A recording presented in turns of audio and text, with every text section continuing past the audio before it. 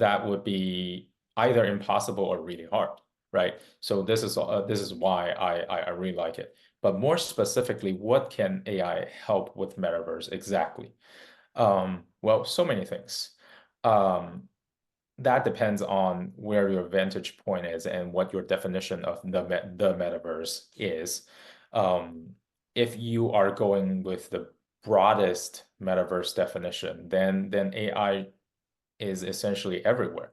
AI should be grabbing information and interpreting them and feeding them into the digital world to keep the digital world in sync and updated with the real world.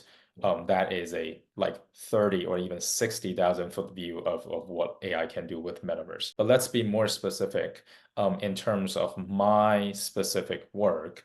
I see AI in doing a few different things.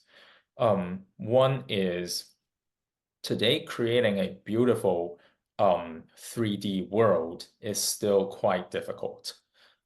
Requires expertise, like requires technical expertise in the form of, Blender, Unity, Unreal,